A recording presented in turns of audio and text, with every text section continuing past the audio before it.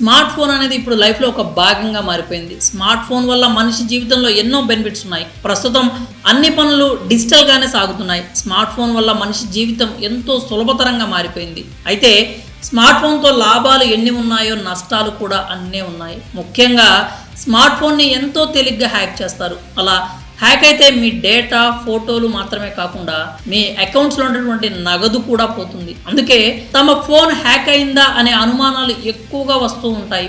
అయితే హ్యాక్ అయిందని తెలుసుకునేందుకు కొన్ని మార్గాలు ఉన్నాయి. అయితే అసలు మీ ఫోన్ హ్యాక్ అయిందని ఎలా తెలుసుకోవాలో ఇప్పుడు చూద్దాం. సాధారణంగా మీ ఫోన్ హ్యాక్ అయిందేమో అనే అనుమానం వచ్చింది అంటే మీ ఫోన్ ఖచ్చితంగా అనుమానాస్పదంగా ప్రవర్తిస్తూ ఉండాలి.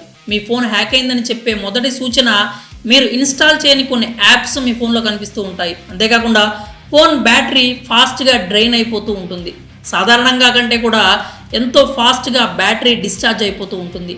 మీరు ఫోన్ వాడకపోయినా కూడా ఫోన్ బాగా హీట్ అవుతూ ఉంటుంది.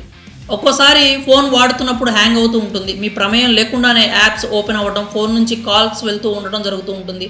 మీరు కాల్స్ చేయనటువంటి నంబర్స్ కూడా మీ డైల్ ప్యాడ్లో కనిపిస్తూ ఉంటాయి. మీరు పంపని మెసేజ్లు ఇన్బాక్స్లో దర్శనమిస్తూ ఉంటాయి. బ్రౌజింగ్ హిస్టరీలో కూడా మీరు సెర్చ్ చేయని వెబ్సైట్స్, మీరు ఓపెన్ చేయని పేజెస్ కనిపిస్తూ ఉంటాయి.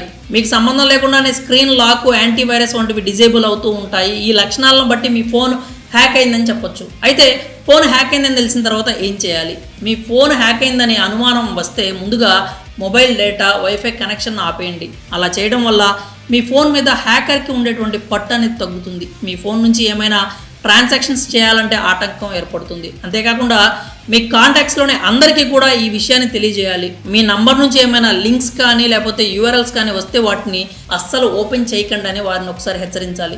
అలా చేయడం వల్ల వారి ఫోన్స్ కూడా హ్యాక్ అయ్యే ప్రమాదం ఉంది.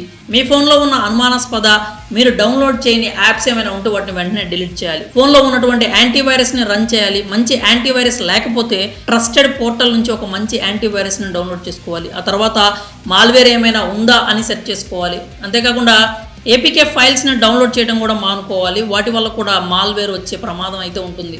అంతేకాకుండా మీ ఫోన్లో ఉన్నటువంటి మాల్వేర్ని క్లియర్ చేసిన తర్వాత మీ bank accounts, social media handles, పాస్వర్డ్స్ని మార్చుకోవాలి.